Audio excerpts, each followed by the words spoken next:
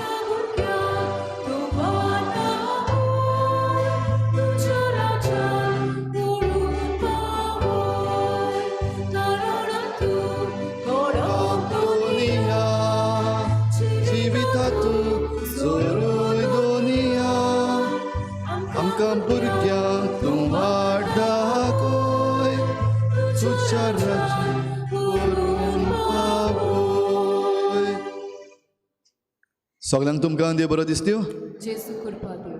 आनी मागीर मोगाचो येवकार तुमकां सगल्यांक आयचे मिसाचे भेटेन खेरीत भाशेन सगल्या आमच्या शेपाय शेमायंक मागीर मोगाचो येवकार ह्या आयच्या मिसाचे भेटेन. आमी खेरीत भाशेन आमची मागणी देवा मुखार दवरुया. सगल्या शेपाय शेमाय पासत ही आयची मिसाची भेट आमी भेटयता. जी शेपाय शेमाय आयज ह्या मिसाचे भेटेन हाजीर जाल्यान, तशेंच कांय कारणांक लागून थोडीं जाणां घोडे हाजीर जावंक पावूंक ना. तशींच दुसरीं आख्या संवसाराक जी शेपाय शेमाय आसात त्या सगल्यां पासत आमी मागुया. तशेंच आयज आमच्या मागण्यान दवरुया जुलिया फेर्नांडीस आपलो जल्माचो दीस मनयता, म्युरियल फेर्नांडीस आपलो जल्माचो दीस मनयता आनी जॉन डिक्रूज आयज आपल्या जल्माचो दीस मनयता. देवान तांचेर भरपूर आशिर्वाद घालूंक मागुया. सगळी खुशालकायेन आमी हे मिसाचे भेटेन आमच्या शेपाय शेमाय बरोबर वांटो घेवया. बापाचे आनी पुताचे आनी पवित्र आत्म्याचे नांवी. आमच्या सोम्या जेजू क्रिस्ताची कृपा, बापाचो मोग आनी पवित्र आत्म्याचो एकवट तुमचे सवे आसूं.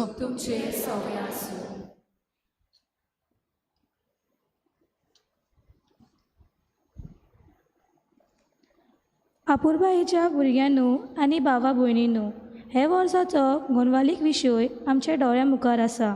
म्हजे फाटल्यान येयात. हे उतरांनी जेजून आपल्या शिसांक आपोवणे केले.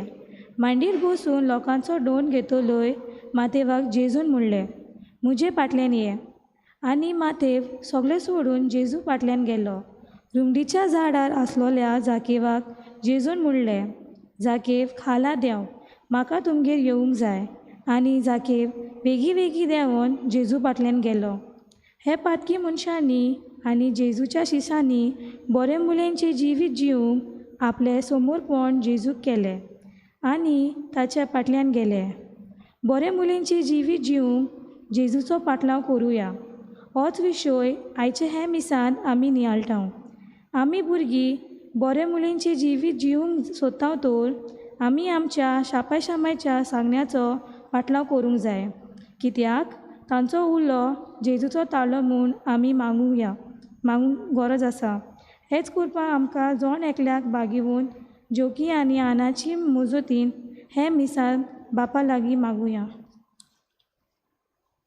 भाव भयणीनो, आयज जेन्ना आमी आमच्या शेपाय शेमायंक पासत मागता, तांकां आमी मान दिता, तांची आमी तोखणाय करता तेन्ना जायते फावटी आमच्या शेपाय शेमायनी आमकां बरें केलां तें आमी ओळखूंक विसरल्या. जायते फावटी तांकां आमी रेस्पेत मान दिवंक घडये चुकल्या. जायते फावटी तांच्या जिविताची बरी देख आमच्या जिवितान घेवंक आमी चुकल्या. तेच बरोबर शेपाय शेमाय कशीं आमी घडये जायते फावटी चुकल्या आमच्या नातरांक आमच्या भुरग्यांक फावो तो रस्तो दाखोवंक. जायते फावटी घडये आमी आमची क्रिस्ती जबाबदारी आसा ती करूंक इल्लीशीं उणी पडल्या. असल्या सगळ्या आमच्या चुकीचे मिसाची सुरवातेक देवा लागीं आमी बोगसणे मागुया.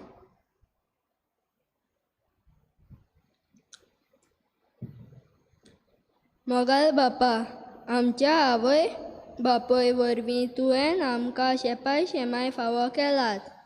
तांकां आमच्या आत्मीक जिविताचें आनी वाडटेपणाचें जायतेंच पडलोलें आसा.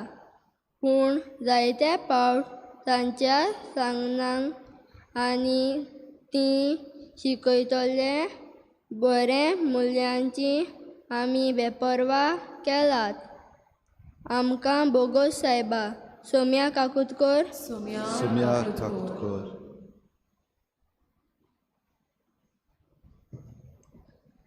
सोम्या जेजू, आमच्या आवय बापायन आमच्या काळजां मनांत घातलोली बरी मुल्यां आमच्या भुरग्यांच्या काळजांत घालूंक आमी भार घेतलो ना.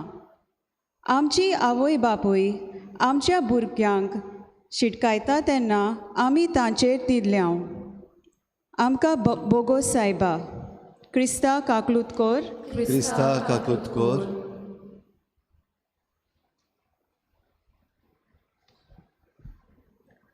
शेपाय शेमाय, पवित्र आत्म्या शाणेपण दिणाऱ्या तुवें आमकां तुजे जाणवायेन बोल्ल्यांत आनी गोठाय दिल्या.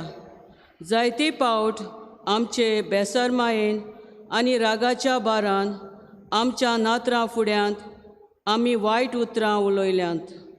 आमीच पयलीं बऱ्या मुल्यांची जावंक चुकल्यांत. आमकां बोगोस सायबा, सुम्या काकुटकर, सोम्या काकुतकर आनी सर पदवीदार देव आमची काकूत करूं. आमची पातकां बोगसून आमकां सासणाच्या जिविताक पावूं. आमेन.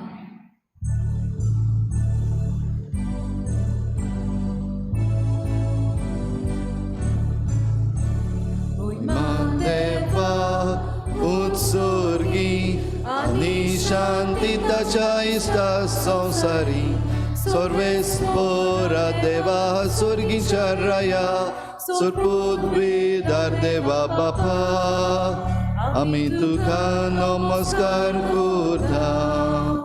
आमी तुका दिन वाजता तुझ्या तोर वैभवा पासत आमी तुका वाखाणटा. सोम्या जेजू क्रिस्ता बापाच्या एकल्याच पुता सोम्या देवा देवाची शिडी तूं संवसाराचे पाप काडटाय. आमची काकूत गो तूं बापाच्या उजव्याक बसलाय. आमचे मागणे आयकून घे कित्याक पवित्र आत्म्या सांगाती देव बापाचे मोहिमेन जेजू क्रिस्ता एकलोच तूं पवित्र एकलोच तूं ईश्वर एकलोच तूं परमेश्वर.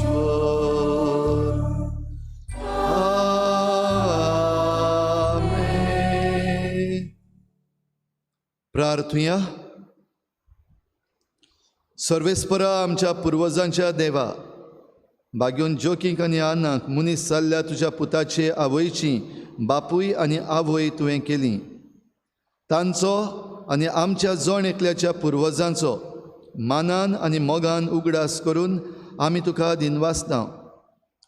तांच्या मागण्यांन आनी देखीन क्रिस्ती कुटुंबांनी आवय बापूय आपल्या भुरग्यांक तुज्या आपोवण्यांक पाळो दिवंक उदार मनान तयार करूं म्हूण आनी तुवें तुजे परजेक बासायलोली सोडवण आम्हा समेस्तांक मेळूं म्हूण आमी नम्रतायेन मागता. आमच्या सोम्या तुज्या पुता जेजू क्रिस्ता वरवीं तो खरो देव तुजे सवें पवित्र आत्मेच्या एकपणान जी येता आनी राजवट चलयता देवा सासनाच्या सासना. आमेन.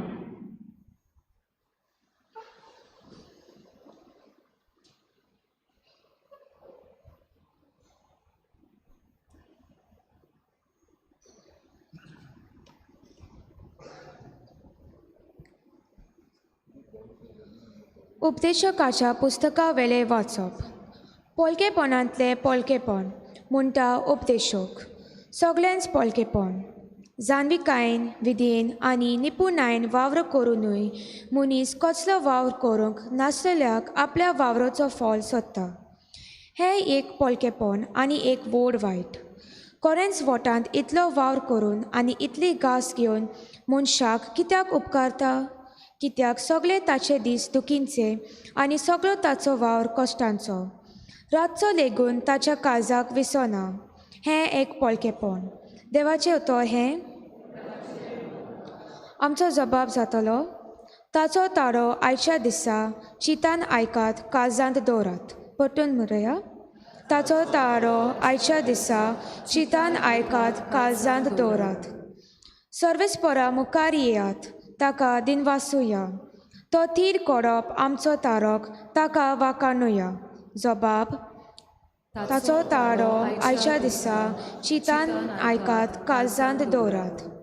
सोरपट पडया ताचे मुखार आमचो एकलोच देव तो. आमी सगळीं ताची परजा चोरवाक वेल्यो शेल्यो. जबाब ताचो तारो आयच्या दिसा चितान आयकात काळजांत दवरात. ताचो तारो आयच्या दिसा आमच्या कानार पडटा.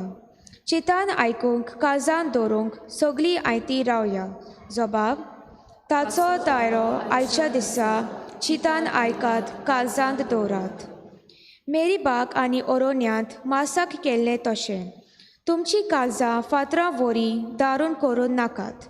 जबाब ताचो तारो आयच्या दिसा चितान आयकात काळजांत दवरात. तुमच्या पुर्वजांनी तेन्ना म्हज्यो कण्यो देखल्यो तोरी गोरवीं मोनान सगळीं म्हजेर करपून गेली. जबाब ताचो तारो आयच्या दिसा चितान आयकात काळजांत दवरात.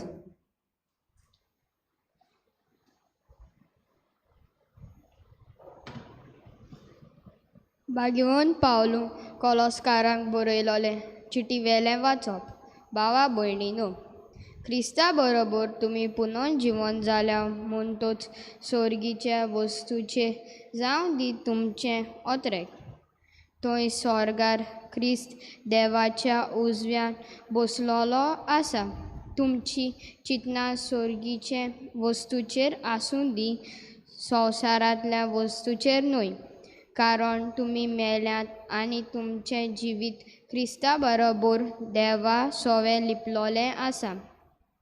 तुमचें खरें जिवीत म्हणल्यार क्रिस्त आनी तो दिश्टी पडटलो तेन्ना तुमी ताचे बरोबर दिश्टी पडटले आनी ताचे मोहिमेक तुमकां वांटो मेळटलो.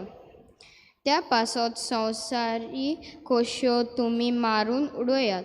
कामचार, मेल्लेपण, पातकाची ओड, खोट्यो वडोवण्यो, आपस्वाद. हो आपस्वाद म्हणल्यार कुड्ड्या देवाची पुजा. एकामेकाक फोटी मारिनाकात. कित्याक आदल्या पातकी सोयंबाक आनी ताच्या कुटुंबाक पात करून तुमी नवीं मनशां जाल्यात. आपली पुन ओलोक मेल्लो पोरयान ह्या नव्या मनशां तोच रोचणार परतून परतून आपल्या सारक्याचो नवो करीत आसा. हातून ग्रीक आनी जुदेव, सुनोत केलो आनी सुनोत नाम केलो, पोरको आनी सिता आनी गुलाम आनी स्वतंत्र मनीस. असले वेगळेचार आनी नातूच. एकलोच क्रिस्त आसा. तोच सोगोत आनी तातूंत तो आसा. देवाचें उतर हें उद्गारा सगळीं उबी रावया. Hallelujah, hallelujah, hallelujah.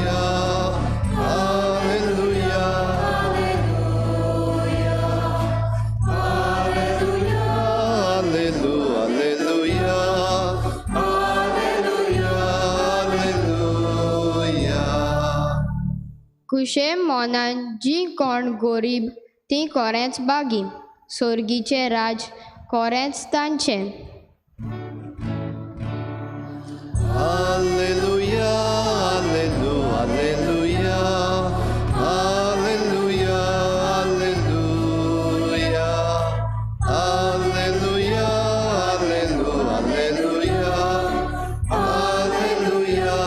alleluia. भुरग्यांना सगळे आमी बरे भाशेन उबी रावया, हात जोडया आमचे. जेजूचें शुभ वर्तमान आतां आमी आयकूंक वेता. चित दिवन आमी सगळीं आयकुया. सर्वेस्पोर तुमचे सोवें आसूं,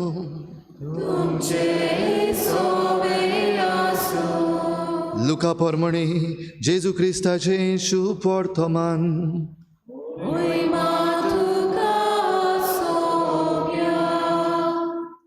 लोकाच्या जोम्यांतल्या कोणेकल्यान जेजूक म्हणलें, गुरुजी, आमकां पडला त्या दायजाचो वांटो कुशीन काडून म्हाका दी म्हूण म्हज्या भावाक सांग. पूण ताणें ताका अशी जाप दिली, इश्टा, तुमचे भितर न्याय न्हीत वो वांटप करूंक म्हाका कोणें नेमला. मागीर ताणें तांकां सांगलें, चोत्राय धरात आनी सगळे तरेच्या आपस्वार्थांतलीं मेकळीं रावात. कित्याक कोणाक कुस्कोळ गिरेस्काय आसली जाल्यार ताचें जिवीत तिचेर धरलेलें ना. मागीर ताणें तांकां एक वपार सांगली. एक गिरेस्त मनीस आसलो. ताच्या शेता बाटांक खूब पीक जालें तेन्ना तो आपणाच भितर चिंतूंक लागलो, म्हजो पीक पाडो भरून दवरूंक म्हाका म्हजे लागीं जागो ना. हांवें कितें करचें? आनी ताणें म्हणलें, अशें करतलो, म्हजे कोडे मोडून तांचेकूय व्हडले बांदतलो आनी म्हाका पिकला तितलें आनी म्हजी गिरेस्काय तातूंत भरून दवरतलो. मागीर म्हज्या ओत्म्यांक अशें म्हणटलो, ओत्म्या, म्हज्या 100 वर्सांक पुरो असो खूब माल तुजे आदीन आसा. विसव घे, खा पिये आनी मौज मार. पूण देवान ताका म्हणलें, पिशा, आज राती तुजो ओत्मो परत मागचो आसा. म्हणटच तुवें तयार करून दवरलां तें कोणाक? आपणाक थेवे एकठांय करतात, पूण देवा मुखार गिरेस्त जावंक ना ताची गोत ही.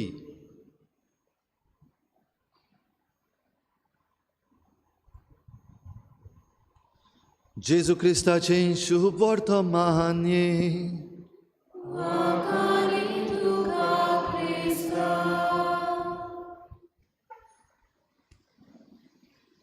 प्रितीच्या शेपाय शेमायनो, आयज ह्या दोतोनीच्या मिसाक तुमी आजीर जाल्यान. तुमकां सगल्यांक देव बरें करूं म्हणटा. सगल्या शेपाय शेमायक आमच्या नातरांच्या नांवान न्हयच फकत आमची शेपाय शेमाय, आख्ख्या संवसाराक जी शेपाय शेमाय आसात तांकां सगल्यांक आमी देव बरें करूं म्हणटा. तुमची तोखणाय करता. कित्याक तुमी आमकां जाय तें दिलां. तुमी आमचे पासत जाय तें करून दवरलेलें आसा आनी आजून पासून आमची तुमकां काळजी आसा. आमचे पासत तुमी चिंततात, आमचे पासत तुमी मागतात. ह्या सगल्या पासत तुमकां आमचे दिनवास. आयचो सेरमांव घडये मातसो इल्लोसो तीख जायत. राग दोन्नाकात म्हजेर शेपाय शेमाय न्हू.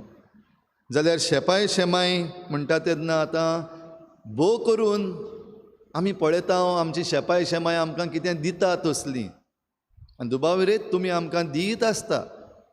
फाटल्या दिसांनी जेन्ना न्यूज पेपराचेर चलतालें land grabbing cases, land grabbing, तेन्ना म्हजी भासाभास एका जाणट्या म्हाताऱ्या लागीं जाली. आनी हांवें फोकाणान म्हणलें ताका, तुमकां लागून आमी हें सगळें सोंसतात आनी भोगतात. तो म्हणपाक लागलो, आमकां लागून? हांवें म्हणलें, हय, तुमकां लागून हें सगळें जालां.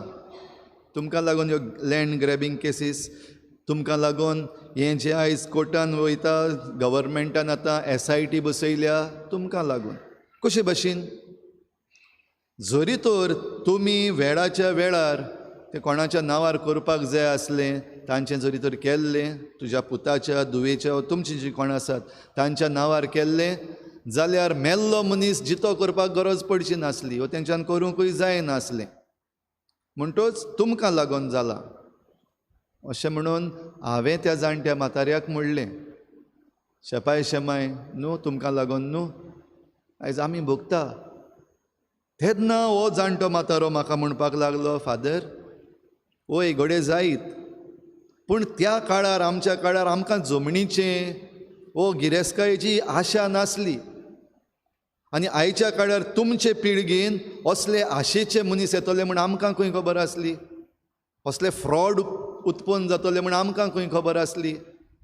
आमी आमच्या काळार आनी आमचे पुर्वज जे आसले तांचे कडेन आमी जें दायज घेतलां आमकां व्हडलें टेन्शन नासलें. तें नांवार करपाक जाय आनी 114 घालपाक जाय, लँड रिकॉर्ड्सान घालपाक जाय, हें आमी केन्ना करूंकूच ना. पूण आमची जमीन केन्ना कोण खावपाकूय येवंक ना. पूण आतां असले तुमचे मदें उपजल्ले आसात, परतून आमचेर आयलें, आयचे पिळगेचेर. हांवें तेंचेर मारलेलें काय बरें, तेणें म्हजेर मारलें परतून. इतल्यान तो काबार जावंक ना, म्हाका आनिकूय धाडायलो. म्हणपाक लागलो, हें सगलें जालां, ही आशा तुमची आतां वाडल्या. आमी जमीन उत्पन्न करताले, जमनींतल्यान आमचें उदारपसण करून घेताले, आमची फामील राखताले. भरून दवरपाचें आमी केन्ना चिंतूंक ना. आमचे बँक अकावंट आहा ते मोटे करूंक ना. आतां जर तर बँक अकावंट ना जाल्यार इलेक्शनाक पासून बसूंक जायना. आनीक एक मारलें म्हजेर. हांव तकली सकयल घालून आयकतालो, वय सायबा हेंच जाता. आसा तें तुमकां पुरो जायना. तुमकां आनीक आशा देखून दुसऱ्यांचें चोरूंक भोंवतात. आनी दुसऱ्यांचें चोरूंक भोंवतात कित्याक आशा जाल्ली आसा. आनी हे आशे वरवीं तो म्हणूंक लागलो, तुमी एकामेकाचें पाड घालतात, कोणाक मारतात, कोणाक धमकी दितात, कोणाची इलेक्ट्रिसिटी कनेक्शन कॅन्सील करतात, कोणाचें इलिगल आहा तें लिगल करतात, लिगल आहा तांकां धमकी दितात. हें सगलें तुमचे आशेक लागून. आनीक जाय भुरग्यांनो, हें आनी आयकपाक जाय. म्हणटच परतून निमणें हें सगलें जाता तें आयज आमकां लागून अशें जालें. त्या जाणट्या म्हाताऱ्यान आपणाचें काडलें, म्हजेर घातलें. खरेंच जायना काय शेपाय शेमाय न्हू, दुबाव विरेत गुन्यांव कोणाचो हें गरजेचें न्हू. पूण ज्यो वस्तू आनी जें दायज देवान तुमच्या हातान घातलेलें आसा तें तुमी तुमचे फुडले पिळगेच्या हातान घालतात. हें सगलें जें आसा तें कोण घेवन फोंडान वेचो ना. हें जें सगलें एकठांयलां तें हांगाच दवरून फोंडान वेतले. गेल्या उपरांत कांय कळचें ना. आनी गेल्या उपरांत चोडूय उगडास कोण करचो ना. म्हयन्याच्या मिसाक येवन उबे रावतले, वर्साच्या मिसाक, दुसऱ्या वर्साक, तिसऱ्या वर्साक, मागीर फोंडूय रितो. थोडीं जाणां कडेन काडटलीं तुमचीं हाडां धरून ते सिमितेरीन एक नीश घेवन घालून दवरतलीं. आनी केन्ना केन्ना येवन वाद पेटयतलीं. भोव करून 2 तारखेर नोव्हेंबराचे त्या दिसाक येवन फुलां बीन घालतलीं, मागणें करतलीं, सगल्यांक दाखयतलीं, काबार. ह्यो वस्तू हांव म्हणना, तो जाणटो म्हातारो जो म्हाका तापयतालो तेणें चालूच दवरलें. आनी भाव भयणीनो, जरी तर आमी आयच्या देवाच्या उतराचेर नदर मारली जाल्यार तो सांगता तातूंत जायतें स्वत आसा, तातूंत जायती जाणवाय आसा. आयज आमची आशा खूब वाडल्या आनी आमच्या भुरग्यांक पासून आमी आयज आशेचीं केल्लीं आसात. तुमच्याच घराब्यान नदर मारून पळोवयात, तुमचीं कितलीं भुरगीं आशेचीं जावंक ना. सगल्यांक आशा आसा, आमकां हें जाय तें जाय, हें दिना जाल्यार इस्कलाक वचना, हें दिना जाल्यार कॉलेजीक वचना, जाय आमकां, आनिकूय जाय. आसा तेंय पावना. देखून आयज आमचे लागीं आमचीं घरां आसात आनी ह्या पासत एक एकल्या लागीं एक एक पर्सनल रूम आसा. घर बांदता तेन्ना घडये तुमी जाणटीं आसात तीं घर बांदता आसतना फकत आमकां एक घर मेळ्ळ्यार पुरो, ह्या घरान आमी आमची फामील रावपाक जाय. आयज जेन्ना घर बांदतात तेन्ना घडये पयलीं चिंततात व्हडल्या चेड्याक हें, धाकल्या चेडवाक तें, आमचीं भुरगीं कितलीं आसात, एक एकल्याक एक एक पर्सनल रूम, आनी तें जाल्यार सेल्फ कंटेन्ड आसपाक जाय. आनी जाता जाल्यार तेंच्या एक एकल्याच्या घरान, एक एकल्याच्या रुमान टीव्ही पासून घातलेल्यो आसात थोड्यांनी. आनी चॉयस करपाक पासून मेळटा. आयज धाकल्या भुरग्यांक चॉयस करपाक मेळटा, तुज्या घरान थिंगा एलिफंट घालपाक जाय काय टायगर घालपाक जाय, लायट कसली जाय, हे पासून चॉयस करपाक मेळटा. काय बरें, बऱ्यो वस्तू भुरग्यांनो आमकां चॉयस करपाक आमची आवय बापूय दिता. जाल्यार हो आमचो जाणटो म्हातारो म्हाका धाडायतालो, तो धाडायन म्हणटालो हें सगलें तुमी केलां. म्हणजे आमच्या भुरग्यांनी, तांच्या भुरग्यांनी केलां. जें कितें आमच्या ह्या शेपायांनी आपल्या भुरग्यांक शिकयल्लें त्यो वस्तू शिकोवंक ना, त्रास काडपाक शिकोवंक ना. जाल्यार हाच्या पयल्या वाचपान उपदेशक म्हणटा तो बरें सेरमांव सांगपी. आपलें पुस्तक सुरू करता आसतना हाजो पयलो आवेस्वर सुरू करता आसतनाच हें सांगता, पोलकेपणाचें पोलकेपण, सगलें पोलकेपण, vanity of vanity, all is vanity. म्हणटच आमी कितेंय करूं ह्या संवसारांत कांयच उरपाचें ना, सगलें नाटक जातलें. आमी कितलीं डेकोरेशन करूं, कितले एलिफंट, टायगर आनी फीश कितेंय घालूं आमच्या रुमान भितर, वो कितल्यो बऱ्यो बऱ्यो लायटी आसूं, कांयच उरपाचें ना. जाल्यार हो उपदेशक आमकां खेरीत भाशेन सांगता, ह्या संवसाराचे वस्तूंचेर जरी तर आमी नदर दवरली जाल्यार सर्गीची वाट आमकां ना जातली, सर्गीचें दायज आमकां ना जातलें. देखून पुर्वज जे आसात ते आपणाचीं जावं भुरगीं जावं नातरां आसात तांकां जायत्यो बऱ्यो वस्तू शिकयतात. जाल्यार कितें दिवपाचें, दिवपाक जाय तें जाता. भोव करून आमची शेपाय जीं आतां तांचीं भुरगीं आसात तांकां चड करून आमी जमीन दवरलेली आसा. भोव थोड्यांचे कडेन बँक एकावंटूय आसा, कोणें भांगार इल्लेंशें सांबाळून दवरलां, हें म्हजे नातीक, हें म्हज्या नातवाक, आनी काजराक घडये ती तांकां कांकणां घालता, वो मास्कोत घालता, बऱ्यो वस्तू, वायट न्हू. पूण हातूंतल्यान आमी कितें शिकल्या, आनीक आशा करपाक, वो आमी दुसऱ्यांक वांटून दिवपाक शिकल्या. देवान भाव भयणीनो आमकां हें दायज दिल्लें आसा, भोव करून शेपाय न्हू, जें दायज देवान तुमच्या हातान दिल्लें आसा तें घेवन फोंडान वचपाकूय बीन न्हू, आनी तें लिपोवन दवरूंकूय न्हू, तें दायज खेरीत भाशेन दुसऱ्यांक दिवं. म्हणटच देवान आमकां कसलेंय दायज वो कितेंय दिल्लें आसा जाल्यार आमकां दवरूंक कांयच दिवंक ना, देव परतून मागता. आनी पवित्र पुस्तकान आमकां हे पासून मेळटा, 10वो वांटो आमी देवाक दिवंक जाय. आमचे फिरगोजेन एकलो डिफेन्स ऑफिसर आसा, म्हयन्याच्या म्हयन्याक येवन आपलें दान दिता आनी म्हणटा, दीस इज माय 10% फादर. ताची बल्दी जाली आनी तो आनीक खंय पावलो. थंय पावलो तेन्ना तेणें आमचो इगर्जेचो एकावंट नंबर मागलो, father I want to transfer some money, I have not paid my 10%. पूण भायर सरलेलो बल्दी जाल्या म्हण. हांवें म्हणलें, तूं आतां ते इगर्जेन पडटा न्हू. आनी मागीर तो म्हणपाक लागलो, फादर सद्याक आजून पासून इगर्जेन भेट जावंक ना, I have not yet introduced myself, but I want to give. सद्याक पासून हांव हिंगाच दितालो, ह्या पासून हिंगाच धाडपाक सोदतां. पयशांची गजाल न्हू, पूण दिवपाची.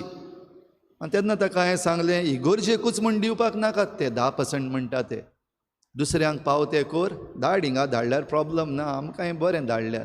पूण हे 10% म्हणटा ते फकत आमी कलेक्शनान कितें घालता तें न्हू, वो आमी फकत इगर्जेक डोनेशन दिता तें न्हू, पूण आमकां न्हूच फकत दुडू, आमकां आनीक जायत्यो वस्तू दिल्ल्यो आसात देवान. आमकां गूण दिल्ले आसात काय बरें, आमच्या भुरग्यांक आयज काय बरे गूण दिल्ले आसात, दुसऱ्यांक दिवंक, आमकांच दवरूंक न्हू. आयज आमकां वेळ दिल्लो आसा, आयज जायत्या लागीं वेळ आसा, पूण तो वेळ दुसऱ्यांक दिवपाक आयज घडये मनान येयच ना. गरज आसलेले वेळाचे जायते आसात. तोच जाणटो म्हातारो म्हाका म्हणटालो, दिवपा सारकें फादर आमचे लागीं जायतें आसा, जायतें उलोवपाक सोदता, सांगपाक सोदता, आयकतलो कोण ना. आमचीं भुरगीं, आमचीं नातरां आयज आमचे खांकेन येवन बसना.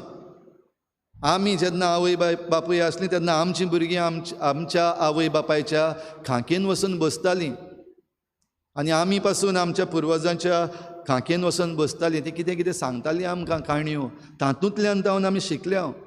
आयज म्हजे लागीं आसा दिवपाक, घेवपी कोण ना, कित्याक आयकोवपी कोण ना. भुरगीं आयकपाक सोदना, सगलीं बिजी जाल्लीं आहा. आवय बापायन तांकां बेस्ट इस्कॉलांनी घातलेलीं आहा, बेस्ट ट्युशनाक घातलेलीं आहा, आनी ट्युशन आनी इस्कॉल काबार जाल्या उपरांत ऑनलायनूय चलता. आमचें कोण आयकना. जायत्यो वस्तू हांव आतां विसरलां, हेंय ताणें सांगलें. म्हणटच ज्या मेरेन आमी उलयना, सांगना, एकामेकाक दिना, तें काबार जाता. आतां हांव विसरलां. भाव भयणीनो, आयच्या दुसऱ्या वाचपान भाग्योन पावलू खेरीत भाशेन उलो मारता कॉलस्कारांक. आनी हो उलो कितें? हो उलो आमी जेजूचे भितर जो बावतिजम घेतला तातूंत आमी ताचे बरोबर मेल्या. We are dead. आनी जेजूच्या पुनर्जिवनपणान आमी उठल्या. ह्या पासत मारून उडोवपाची खबर तो सांगता. You have to kill. भुरग्यांक किल करपाक शिकोवपाक जाता, वो वाडलेल्यांक किल करपाक शिकोवपाक जाता, मारून उडोवपाक. पूण पवित्र पुस्तकान भाग्यून पावलो म्हणटा मारून उडोवपाक जाय. आयज आयकलां आमी. कितें मारून उडोवपाक जाय? मनशांक न्हू, वो जाणट्यांक न्हू, भुरग्यांक न्हू, मारून उडोवपाक जाय.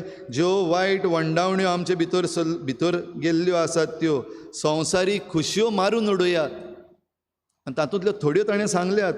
कामचार, मेळेपण, पातकाची ओड, खोट्यो वंडवण्यो, आपस्वार्थ, कुड्या देवांची पुजा करतात काय आमी? हें आसा काय आमचे भितर?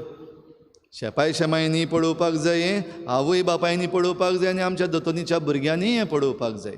आसात काय ह्यो आमचे भितर? सोदीत जाल्यार मेळटल्यो आसात म्हण, खंय खंय आसात. आनी जायते फावटी आमचें एटेन्शन तांचेर ना. कोंकणींतल्यान म्हणटा हेजें पडलां म्हण, टेकन फॉर ग्रांटेड, चलता सगलें. ह्या पासत ह्यो वस्तू आमचे भितर ज्यो वाडत आसात त्यो मारून उडोवपाक जाय. त्यो जरी तर मारून उडयल्यो जाल्यार वस्तू जाग्यार पडटल्यो.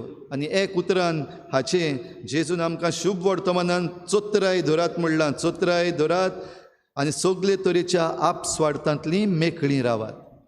आपस्वार्थ, ग्रीड, एवरीस. दोतोनीच्या क्लासीन भुरगीं तुमी शिकतलीं जीं कॅपिटल सिन्स आसात, महापातकां जीं आसात, तातूंत हें एक बेजीक ग्रीड, आशा. हे आशेंतल्यान उरलेलीं जायतीं पातकां येतात. हे आशेक लागून कोण कोणाक फटयता, फ्रॉड करतात. मागीर शिकतात पयलीं आनी शिकल्या उपरांत फ्रॉड करपाक शिकतात. ते 1 and 14 फॉर्माचेर कशे भाशेन आपणाचें नांव घालपाचें. थोड्यांक आशा आसा म्हाका कोणें प्रेज केल्यार पुरो, ताळयो पडल्यार पुरो, शाबास म्हणल्यार पुरो. कोण जरी तर पळयना, कोण तर शाबासकी दिना जाल्यार आनीक आनीक करपाक दिसना मागीर जायत्या भुरग्यांक. ही बीन एक आशा. थोड्यांक आशा आसा जायत्यो वस्तू घेवपाक, म्हाका प्रायज जाय, सगळे प्रायज म्हाका जाय, दुसऱ्यांक कोणाक नाका. Every prize I have to be the first. It is good to be first. पूण आशेक लागून हो प्रायज घेवन म्हज्या कबडान भरून दवरपाक जाय, सगल्यांक दाखोवपाक जाय, थोड्यांक फेमस जावपाक जाय. आनी आपासत आयज आमचे लागीं आमचे मोबायल आसात, कोण रिल्स आसात आनी कोण शॉर्ट्स आसात, जायते भाशेचे स्नॅपचॅट आनी हे सगळे आयची भुरगीं सगळीं वापरतात. फेम, कितले फॉलोवर आहा म्हाका फॉलोवर जाय, आशा. आपस्वार्थीपण हातूंतल्यान भुरग्यांनो आनी जाणट्यांनो भितर सरलेली आसा आयज. हे आशेन जायतीं जाण भुरगीं आमची मागीर तांकां दिसती पडना दुसरे वाटेन. शेपाय शेमाय पासून आपलो दिसती पडना. तेंचे लागीं उलोवपाक, तांकां जाप करपाक, तेंच्या खाक्यान वचून बसपाक दिसती पडना. कित्याक? ही आशा वाडलेली आसा, आपस्वार्थीपण. आनी आयज आमचे घोराबे भाव भयणीनो धाकटे जाल्ले आसात. म्हणटच आमच्या भुरग्यांक थोडें थोडें शिकयलां. हांव म्हजें, हें हांवें केलां, हें म्हाका. हें आयज आमच्या भुरग्यांक आमी शिकयलां. देखून आयज आमची शेपाय शेमाय आहा तीं कश्टावतात. कित्याक आमची नातरां आमकां मेळना. भाव भयणीनो, ही आशा न्हयच फकत भुरगीं जाता आनी व्हडलीं जाता म्हणल्यार मागीर ही आशा आनिकूय वाडटा. आयज दुडवांची, गिरेस्कायेची, भाटां बेसांची आशा वाडत आसा. आयज पदवेची आशा वाडत आसा. आनी ही पदवेची आशा जेन्ना वाडलेली आसा, ही गिरेस्कायेची, भाटां बेसांची, दुडवाची आशा वाडलेली आसा, तेन्ना दुसऱ्यांचें सगल्यांचें पाड घालपाक जाता. सादो एग्जाम्पल घेवया. शेपाय शेमायक लागून हें सांगता. भुरग्यांक घडये तितलें समजचें ना. आतां ह्या दिसांनी एलिसांवाची तयारी चालू आसा. पयलीं आनीक एलिसांवां जालीं आमची. आशा कितली दिसती पडली ना आमकां. जे कोण आमदार मंत्री आसात तांकां थंयच रावपाक जाय, दुसऱ्यांक आनीक घालपाक नाका. सेवा करूंक परजेची जाल्यार बरें आसलें. पूण कित्याक रावपाक जाय? कित्याक आमच्यो फायली आसात त्यो, आमची पातकां आसा तीं दिसती पडटलीं, तीं लिपोवन दवरपाक जाय. आमकां आनीक पयशे करपाक जाय, आमकां आनीक भाटां बेसां आमचीं घेवपाक जाय, आमकां आनीक कमिशन जाय. असल्या मनान जरी तर आसात जाल्यार ही भाशा भुरगीं आसतना तावन वाडटा. ह्या पासत समजून घेवंक गरज. आयज एलिसांव पळयात. जे कोण पदवींत आसात तांचे लागीं पॉलिटिकल पावर आसा, तांकां आनीक जाय. देखून म्हजी बायल, म्हजो चेडो, म्हजो भाव, तांकां सगल्यांक दुखडलेले आसात. एक वाड्याचेर एकलो. म्हणटच सगळी आख्खी पंचायत आमी घेतले. आमची पंचायत. आख्ख्या गोंयान घडटा हें पळयात नदर मारून. आशा वाडलेली आसा, सेवा करपाक व्हडलो क्वेश्चन मार्क. कित्याक जायते पयशे दिश्टी पडटा आतां. तांकां बोटान दाखोवपाक भाव भयणीनो सोंपें. जे कोण आतां उमेदवार बसल्यात तांकांय बीन जो कोण जरी तर बरो कोण बसलेलो आसा तांकां नाका बसलेलो. देखून सेटिंग्स करपाक ह्या दिसांनी जायते जाण भोंवतात. घडये जालीं सेटिंग्स. उमके पयशे दी कुशीन सोर तूं. अनओपोज्ड येवपाक जाय. कित्याक पावर आमकां जाय. जायते जाण पयशे घेवन दुडवांचे आशे कुशीन सरले. थोडे जे कोण कुशीन सरूंक ना तांकां मागीर नोटीस येतात, कोणाच्या घरान पुलीस येतात, कोणाचे शॉप मोडटा, कोणाचें कनेक्शन कॅन्सील जाता, धमक्यो. कित्याक हेच आपस्वार्थाक लागून, आशेक लागून. आनी हे आशेक लागून जी आमची आतां शेपाय शेमाय आसा तांकां हें सगळ्यांक दिश्टी पडटा, एकदम बरे भाशेन समजता. थोडीं शेपाय शेमाय आयज रडटात ह्या कारणाक लागून. खंय पावल्यात आमी, आमचें मनीसपण खंय पावलां, आमचीं भुरगीं खंय वेतलीं, कितें जातलें तांचें. जाल्यार भाव भयणीनो ही सगळी आशा आसा थंयसर तांकां बोटान दाखोवची. आमी कितें, आमची आवय बापूय कितें. एलिसांवां जेन्ना येता तेन्ना हात मुखार काडल्या बगर मोत मारपाक सोदिना. उमेदवार जे आसात जे भोंवतात ते म्हणटात कितें फादर, आसलोलीं आसात तीं मागतात, शिकलोलीं आसात तीं मागतात, नथींग, कांय हाडूंक ना, नो एनवलप. तेणें दिलां दुसऱ्यान. शिकलोलीं आसात तीं आनी आसलोलीं आसात तीं मागतात. खंय वचपाचें आहा ही आशा घेवन. आनी ह्या कारणाक लागून हे आशेक लागून भाव भयणीनो आनी शेपाय शेमायनो आमी आमचीच वाट लावन उडयल्ली आसा. आनी ह्या आपस्वार्थाक लागून आयज आमचीं नात्रां आमकां जापूय करपाक पावना. वेळ ना तांचे लागीं. आनी कमावपाक जाय. कशे भाशेन तुमचे बराबर बसतलीं, कशे भाशेन तुमचे खांकेन बसतलीं.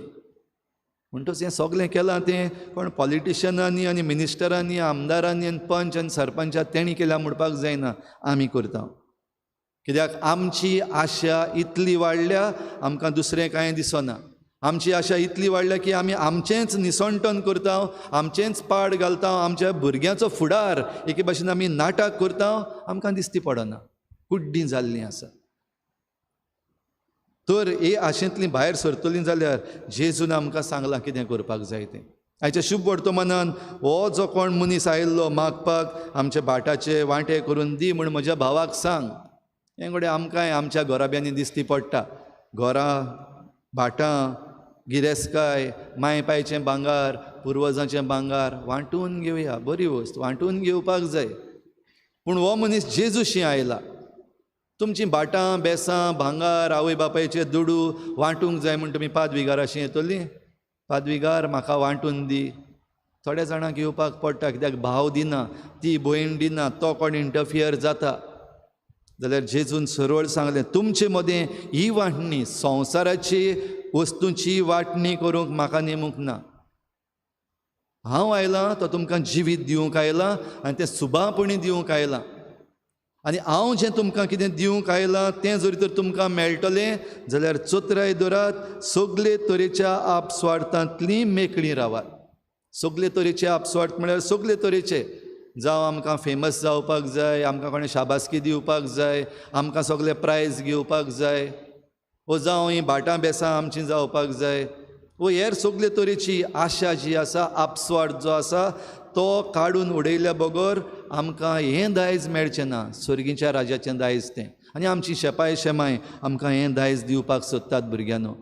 आमची शेपाय शेमाय आमकां बरें आवडटात, आमचो फुडार बरो जावचो म्हूण ती मागतात. देखून आयज सगळीं सॅड जाल्लीं आहात तीं. कित्याक आमचो फुडार एके भाशेन ना जायत वेता. आमीच आमच्याच पांयांचेर एके भाशेन कुराडी मारतात, तें तांच्यान पडोवंक जायना. तर संवसाराची आशा करपाचेय मनीस आसात. आयज जेजून जी वपार सांगल्या तो मनीस जाचे लागीं आसलें बरी पीक जाली, देवान दिली पीक जाल्या उपरांत ताचें मन खंय. म्हजे लागीं कोडे आसात सांबाळून दवरपाक, पूण हे कोडे मोडटलो आनी व्हडले बांदतलो. आयज आमच्या समाजान जाता. एकलो येता कॉर्पोरेट, पोर्ट म्हजो, बँक्स म्हज्यो, पेट्रोल पंप म्हजे, प्रायवेटायजेशन, तो आयलंड आसा म्हजो, सगळें म्हाका जाय. आनी सगळें म्हाका जाय तेन्ना जाय ते तरेन तें आपणाचें करूंक ह्या आप स्वार्थांतल्यान मुखार वेता. जाल्यार हो ताळो जो देवाचो आयकूंक आयलो पिशा, आज राती तुजो आत्मो परत मागचो आसा, हो आवाज येतलो. केन्ना येतलो गाय? जायतीं जाणां आमी रावतात, देवा बेगीन आपय तांकां, व्हर, सांग तांकां पिशा जाले तुजे दीस भल्ले, यो आतां, पुरो चोरलां तें, पुरो नागयलां तें.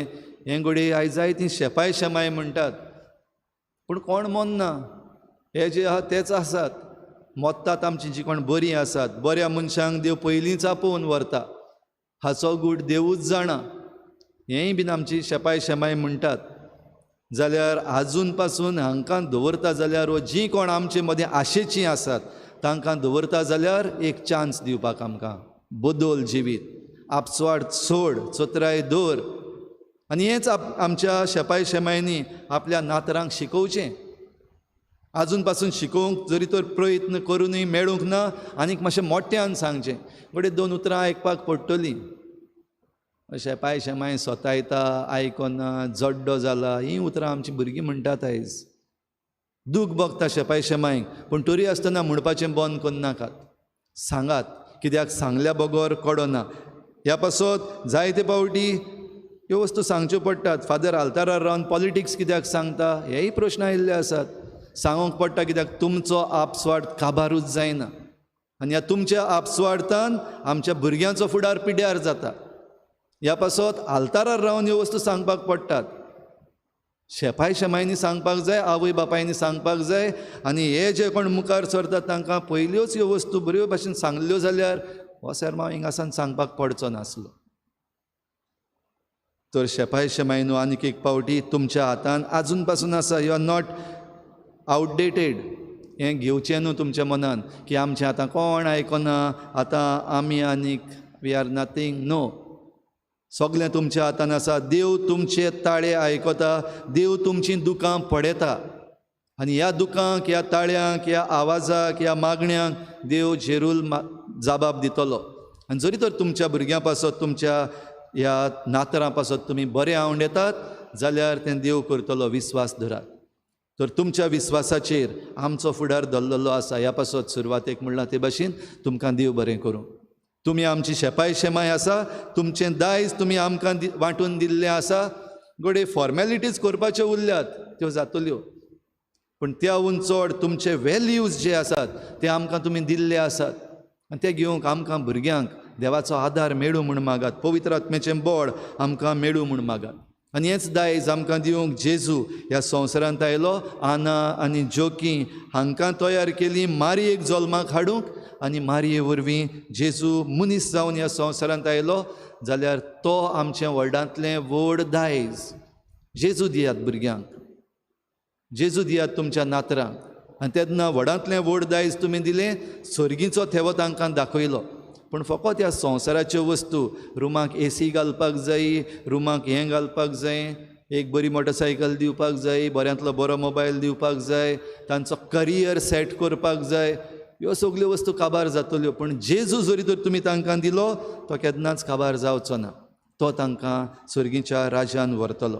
तर हीच कृपा आमकां दी म्हूण नातरांक तशेंच आमच्या शेपाय शेमायक कृपा मागुया.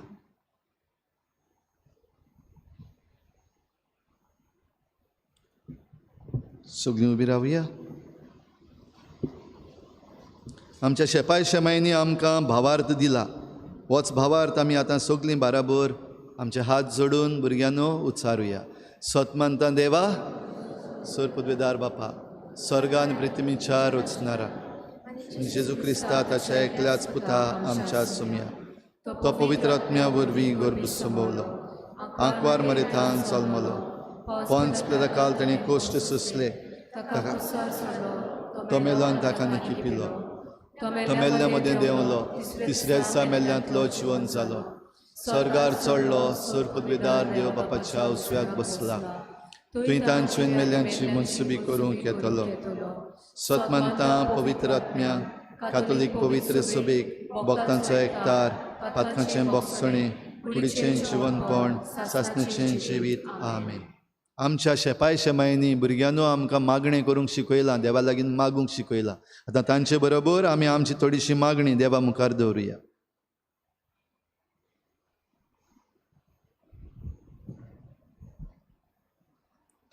आमच्या पवित्र सोबेच्या सर्व वडलांनी आनी यात्निकी मुनियारांनी आपले आपुफणे प्रमाणीकपणान जिवंक आनी ताणें वायटाची बेपर्वा करूंक तशें आपले पोरचें नीत रस्त्यान चलूंक तांकां देवाचो उजवाड मागुया.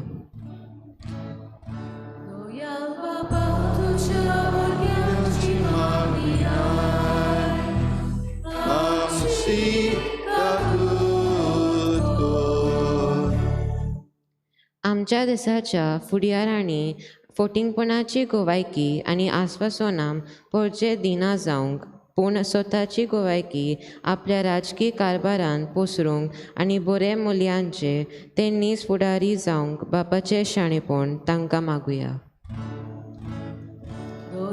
बापा तुझ्या भुरग्यांची मागणी आय, आमची काकूट कोर.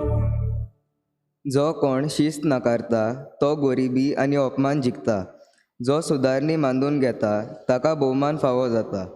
सांत आनान आनी बागेओ जोकीन मारयेक आपले धुवेक सिश्टी नाकारली आनी देवाच्या मोगान वाडयली.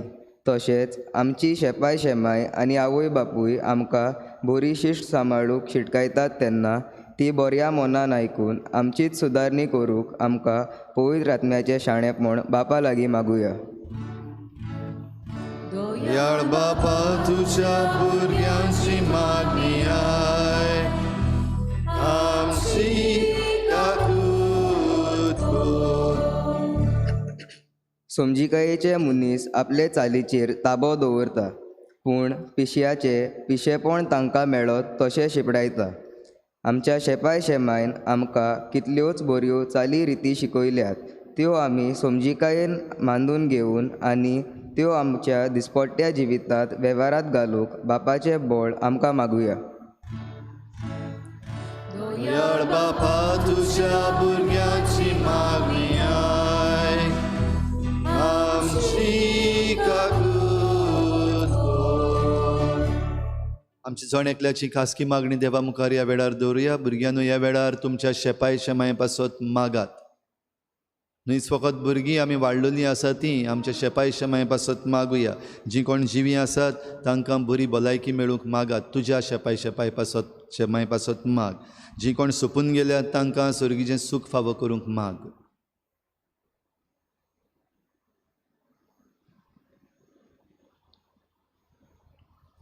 सर्गीच्या बापा, तुजे मुखार आतांच आमी दवरल्यात ती मागणी तूं दयेन आयकून घे आनी तुजें दायज आमी घेतलां तें एकामेकाक आमी वांटून दिवंक आमकां फावो कर.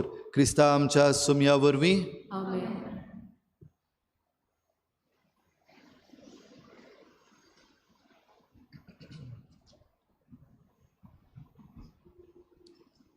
नातरां शेपाय शेमाक हाताक धरून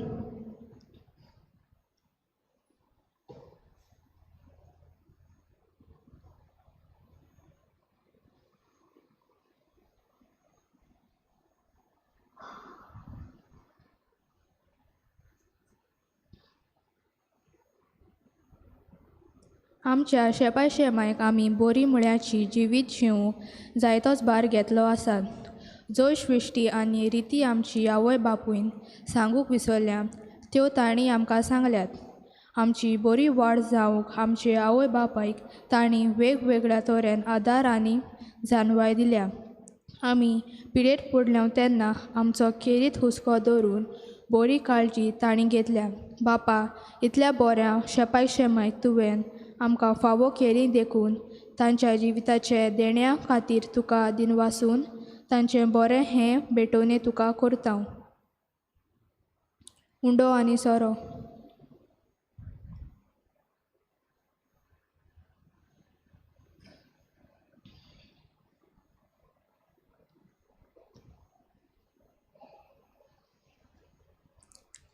सुकां फुलां कोश्टा काटे हें सामगेलें जिणे वाटे. बापा, हें उंड्या सोऱ्या दाणां वरवीं आमी आमच्या सूख आनी दूख बरेंपण आनी खोश तुका भेटयता. आमचें हें जिणेंत तुवें आमकां फावो केलें तेंच तुका उपकारी म्हूण परत उप्रिता. हे फुडें तुज्या पुताच्या मासा रोगता बोलान आमी बरें मुळ्याचें जिवीत जिवंक आमी ताचोच पाटलाव करून हें दाणां आमकां गोठाय जावं.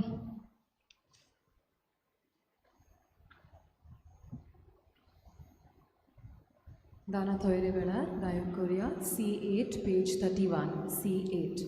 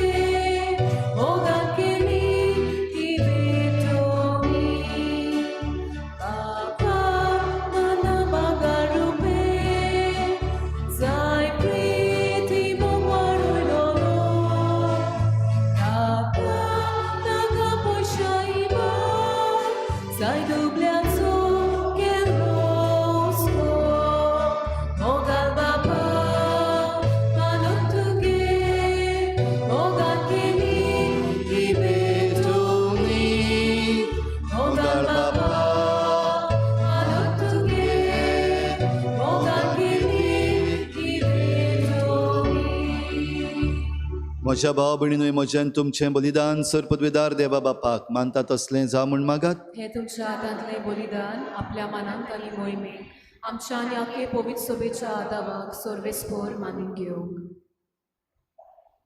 देवा आमच्या बापा, दिनवाशी काळजाचे भोगतीन आमी तुका भेटयता ती देणी दोयेन स्विकार कर आनी अब्रामाक आनी ताचे संस्थीक बसायलोल्या तुज्या सर्गीच्या दायजान आमकां वांटो दी. हे आमी मागता तुज्या पुता जेजूचे नांवी. आमेन. सर्वेस्पर तुमचे सवे आसूं. तुमचे सवे आसूं. आमची काळजां उबारुया. आमी ती सर्वेस्पराक उबारता. सर्वेस्पराक आमच्या देवाक दिनवासुया. वय अशें आमी करूंक फावो. सर्वेस्परा पवित्र बापा, सरपदवेदार आनी सासनाच्या देवा, सर्व काळयेन सर्वताय जेजू क्रिस्ता आमच्या सोम्या वरवीं आमी तुका दिनवासूंक फावो. हो कायदो नितीचो आनी आमच्या फायद्याचो. आपल्या जल्मान दिलो आमकां ताणें जल्म नवो जिवीत नवें. आपल्या कोश्टा मरणा वरवीं सोडयलीं आमकां पातकांतलीं. आपल्या पुनर्जिवनपणान जिखलें आमा समेस्तांक जिवीत सासनाचें. आपल्या मोहिमेवून सर्ग प्रवेशा वरवीं उगडलीं आमकां दारां सर्गींचीं. देखून आतां सगल्या देवदूतां आनी भक्तां सांगाती निरंतरी आमी तुजी स्तुती गायता.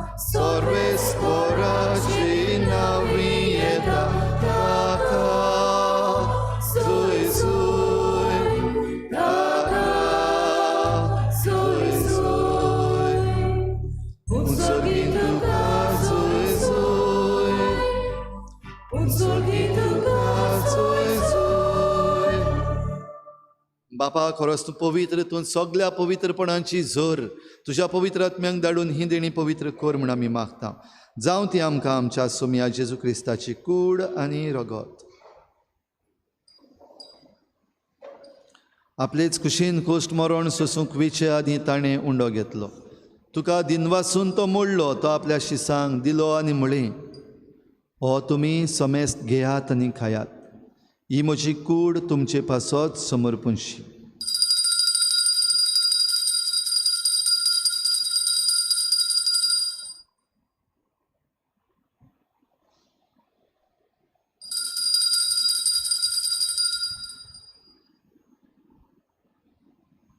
तेच पुरी जेवण जातच ताणें काल्स घेतली, तुका नव्यान दिन वाचलो. ती आपल्या शिसांक दिली आनी म्हळें, तुमी सोमेस्त घेयात आनी हातलें पियेयात.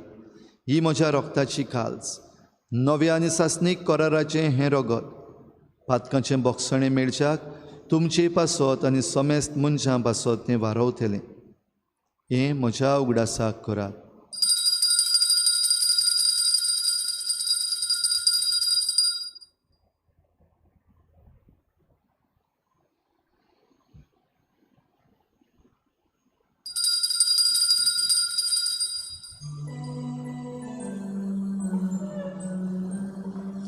भावार्थाचो गूढ परगटुया. Gesù bello, Gesù জীবন जाला, Gesù নव्यान येतलो. Gesù bello, Gesù জীবন जाला, Gesù नव्यान येतलो. बापा जेजूच्या मरणाचो आनी पुनर्जीवनपणाचो आमी भक्तीपणी उगडास करता आनी हो जिविताचो उंडो आनी सोडवणेची काल्स तुका समर्पिता. तुजे मुखार येवंक आनी तुजी सेवा करूंक आमकां फावो केलें देखून आमी तुका दिन वाचता. आनी जेजूची कूड आनी रगत शेवतल्या आमा समेस्तांक पवित्र आत्म्या वरवीं एकठांय कर म्हूण आमी नम्रतायेन मागता. सर्वेस्परा, आख्खे प्रितुमीचेर विस्तारलोले तुजे पवित्र सभेचो उगडास कर. आनी फ्रांसीस आमच्या बागयोन बापा, फिलिप नेरी आमच्या गवळी बापा आनी सगळ्या यादनिकी वर्गा बराबर तिका प्रिती मोगांत वाडय. पुनर्जीवनपणाचो भरवसो धरून मेल्यात त्या सगळ्या आमच्या बाबा भयणांची, खेरीत भाशेन आमच्या सोपून गेल्ल्या सगळ्या शेपाय शेमायची काकूत कर. तांकां तुजे इश्टागोतीन मेल्ल्या समेस्तांक तुज्या परजोळीत मुखामोळ पळोवंक फावो कर. आमा समेस्तांची हे बेटेकाय जाजीर जालोल्या सगळ्या तुज्या भुरग्यांची दया कर म्हूण आमी मागता. आंकवार मारी देवाचे माई सांगाती तुज्या पोती बागयोन जुजे, बागयोन धर्मदुतां, बागयोन जुजे वाज आनी बागयोन फ्रांसीस शावियर आनी सर्व काळी तुका मानवल्या त्या सगळ्या भक्तां बरोबर सासणाच्या सुखांत आमकां वांटो दी. तांचे सांगता तुजी मोहिमा गावूंक आमकां फावो कर. जेजू क्रिस्ता तुज्या पुता वरवीं. त्याच जेजू वरवीं, त्याच जेजू सांगता, त्याच जेजू थंय पवित्र आत्मेच्या एकपणान सर पदवीदार बापा, सर्वंदन आनी वैभव तुका सासणाच्या सासणाक. आमेन. भाव भयणीनो, देवान आमकां दायज दिला आनी व्हडांतलें व्हड दायज म्हणल्यार ताणें आपल्या एकल्याच पुताक आमचे पासत ओपून दिला. जाल्यार ह्या संवसाराची वस्तू आमी वापरून सर्गीच्या राजाक आमी तयार जावंक आमकां सगल्यांक कृपा दी म्हूण मागुया. आनी आमचें सगलें दायज देवाच्या हातान घालून आमच्या शेपाय शेमायन जें आमकां मागणें शिकयलां जेजूचें तें बाराबर म्हणुया. आमच्या बापा सर्गीच्या, तुजें नांव पवित्र जावं, तुजें राज आमकां येवं, तुजी कुशी स्वर्गार जाता तशी संवसारांत जावं. आमचो दिसपट्टो गिरास आमकां दी आनी आमी आमचे चुकल्यांक बक्षिता, तशी आमची पातकां मागोस आनी आमकां ताळणीत पडूंक दिवं नाका, पूण वायटांतली आमकां निवार. सर्वेस्परा, सर वायटांतली आमकां निवार. दया करून ह्या जिवितांत सवस्काय आमकां दी. सर्गीच्या सुखाक आनी आमच्या सोडवणाऱ्या जेजू क्रिस्ताच्या येण्याक आमी बरवाशान वतरेकता. तर आमकां तुजे उदार काकलुतीन सर्व पातकांतली सुटय आनी सर्व आकांतांतली वाटाय. कित्याक तुजी पदवी आनी मोहिमा तुजी सासणाच्या सासणा. सोम्या जेजू क्रिस्ता, तुवें तुज्या धर्मदुतांक म्हणलें, तुमकां शांती दवरता, म्हजी शांती तुमकां दिता. आमच्या पातकांचेर न्हय पूण तुजे पवित्र सभेच्या भावार्थाचेर दिश्ट घाल आनी तुजे कुशे प्रमाणे तिका शांती दी आनी तूंच तिका एकवटान सांबाळ. जो जियेताय आनी राजवट चलयताय सासणाच्या सासणाक. आमेन. सोम्याची शांती सदां घाल तुमचे सवे आसूं. तुमचे सवे आसूं. एकामेकाक मोगान शांती दिवया.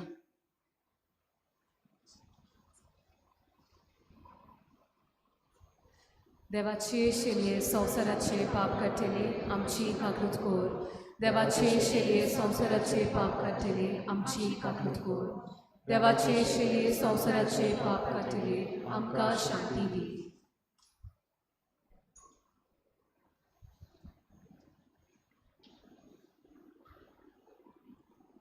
ही देवाची शेळी संवसाराचें पाप काडटा. ती शेळेच्या जेवणाक आपयल्यात ती आमी सगळीं सुभागी. सुम्या तुवें म्हजे भितर येवचें म्हाका फावो ना, पूण तुज्या एकाच उतरान म्हाका भलायकी मेवतली.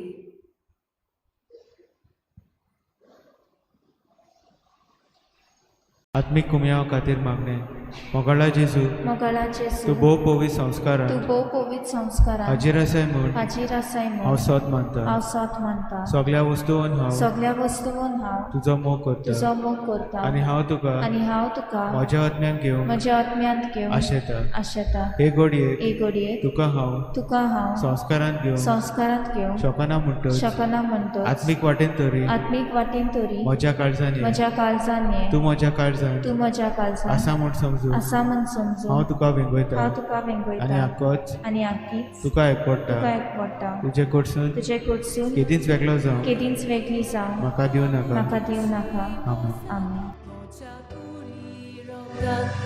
Cuidado, saia, mocha jeunangia, kabul koshi mosan, mocha kuri rokan, cuidado, saia. Jesus, Jesus, chivitu che, saumi, chivitam che.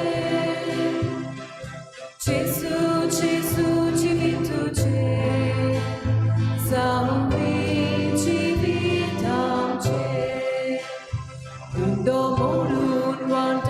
Jivan boron boza, lumit sundo saya, dusyang jivan bora, undo modun wandan, jivan boron boza, lumit sundo saya, dusyang jivan bora. Jesu, Jesu, chivitu che, saumi chivitam che. Jesu, Jesu, chivitu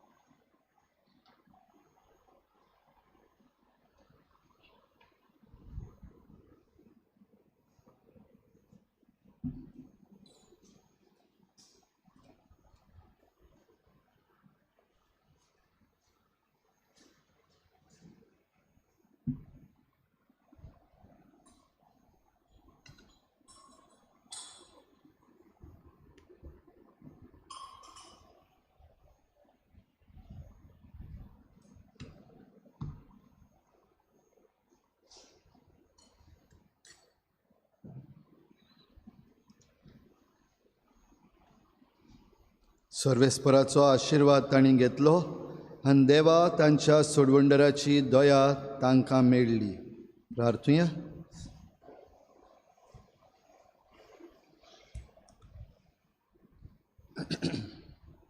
सर्वेस्परा आमच्या देवा, पवित्र स्नानान नवो जल्म घेवन आनी मनशां तुजीं भुरगीं जावच्याक तुजो सासनीक पूत दाविदाचे कुडीन मनीस जावचो म्हूण व्हडा मोगान तुवें येवचिलें आनी त्याच तुज्या पुताच्या मासा रोगतान ह्या तुज्या भुरग्यांच्या जेवणार आमकां आतां दादोशी केली.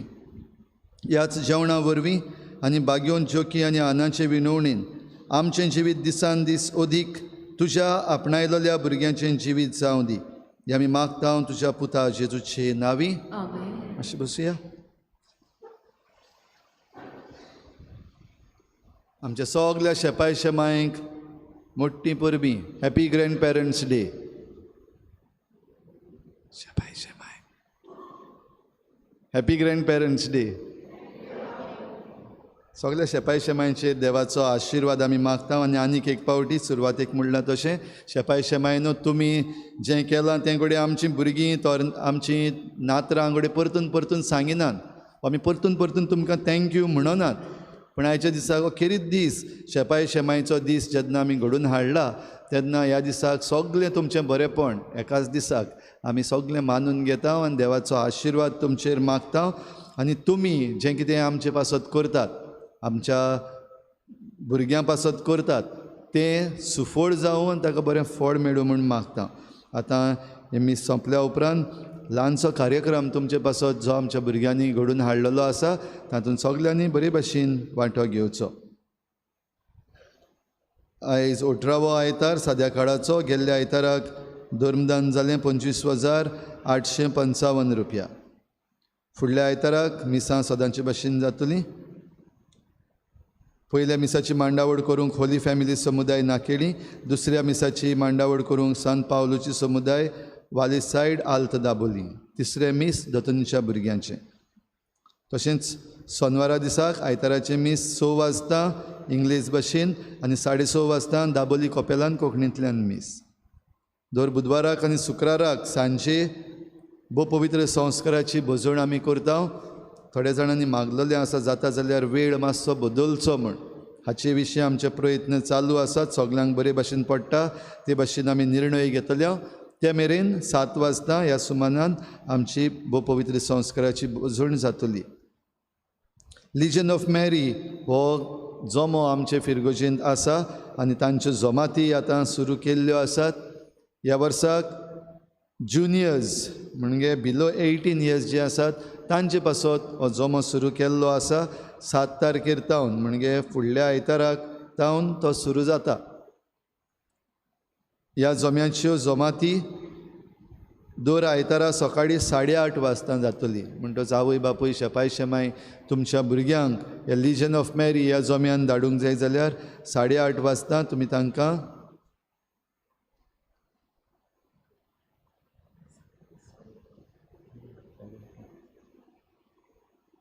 साडे 8 वाजता तांची जमात जातली आनी त्या उपरांत ह्या भुरग्यांचें मीस 9:30 वाजता. लिजन ऑफ मॅरी सिनियर्सूय आसात. सिनियर्स जे आसात तांकां पयले मीस सोंपल्या उपरांत जमात जातली. तुमचे मदले कोणाकूय जरी तर तातूंत भितर सरपाची खुशी आसा जाल्यार भितर सरचे आनी ह्या मारयेच्या फौजे वरवीं जायते बरेपण आमचे फिरगोजेन आनी संवसारान करूंक जाता असो एक घेवचो. आमचे वेदी सेवक जे आसात, ज्या भुरग्यांनी कुमन्यांव घेतलेलो आसा आनी आजून क्रिज्म घेवंक ना, तितले जाणांक ह्या वेदी सेवकांच्या जमातीन आनीक एक फावटी आमचो उलो दर सोनवाराक सांजेर 5 वाजता तांची जमात जाता. आमच्या समुदायाच्यो जमाती ज्यो बंद केल्ल्यो कोविड-19 महामारीक लागून आतां परतून सुरू करता. आमचो उलो तुमकां सगल्यांक समुदायाच्या जमातीन भाग घेवचो. भुरग्यांनी तशेंच वाडलेल्यांनी आनी शेपाय शेमायनी सगल्यांनी वांटो घेवन म्हयन्याक एक फावटी मेळपाक जाय. तुमचे समुदायाचे वांगडी जे भाशेन सांगतात आनीक जे आमचे पॅरिश कावन्सिलाचे वांगडी आसात तांचे बराबर मेळून तुमचो निर्णय घेवचो खंयचे सांजे वा खंयच्या दिसाक तुमी करूंक जाय ते. त्या प्रमाणे आमकांय कळोवचें. आमी तुमच्या हे जमातींनी वांटो घेवंक सोदता. आमचे फिरगोज गवळीक सभेची जमात जातली 4 तारखेर सांजेर 7 वाजता. पास्टर्स डे गवळ्यांचो दीस आमचे फिरगोजीन मनयतात 4 तारखेर सकाळी 7 वाजता मीस जातलें. ह्या मिसाक येवंक तुमकां सगल्यांक आमंत्रण. खेरीत भाशेन आमचे पासत तुमी मागूंक तुमकां आमी विनयता. नोटीस बोर्डार एक नोटीस घातलेलो आसा. बायबल कोर्स जो पिलार सेमिनरी हांगासर जातलो ताचे विशीं तुमी नोटीस बोर्डार वचून पळोवचें. थंयसर सगळी म्हायती दिल्ली आसा. तशेंच आमचे फिरगोजेक आमी थोडीशीं नवीं कदेलां हाडलेलीं आसात आनीक ह्या कदेलांची रेट दिल्ली आसा ती 2 कदेलां म्हणल्यार जोडी कदेलांची 1 शेपाय 1 शेमाय तेंच्याय नांवान दिवपाक जाता. शेपाय आनी शेमाय 1000 रुपया तांचे रेट दवरलेली आसा. तुमी कोणूय जरी तर ते स्पॉन्सर करपाक सोदतात जाल्यार आमच्या ऑफिसान येवन तुमी तें दिवं येता. सगळीं उबी रावया.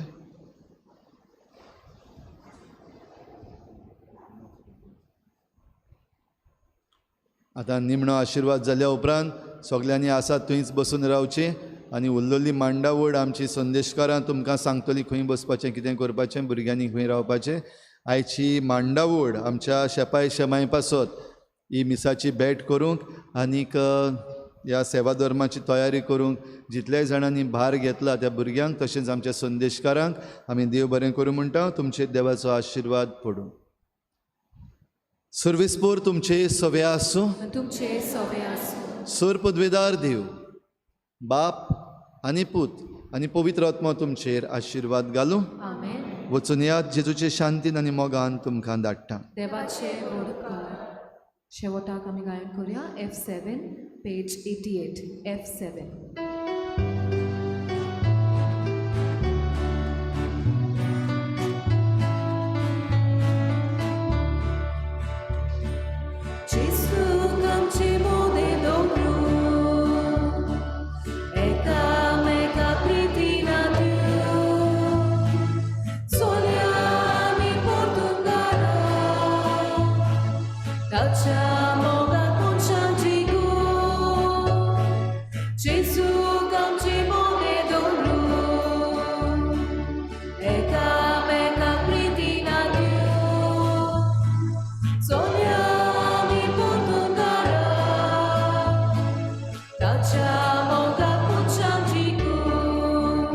Gesù solo moga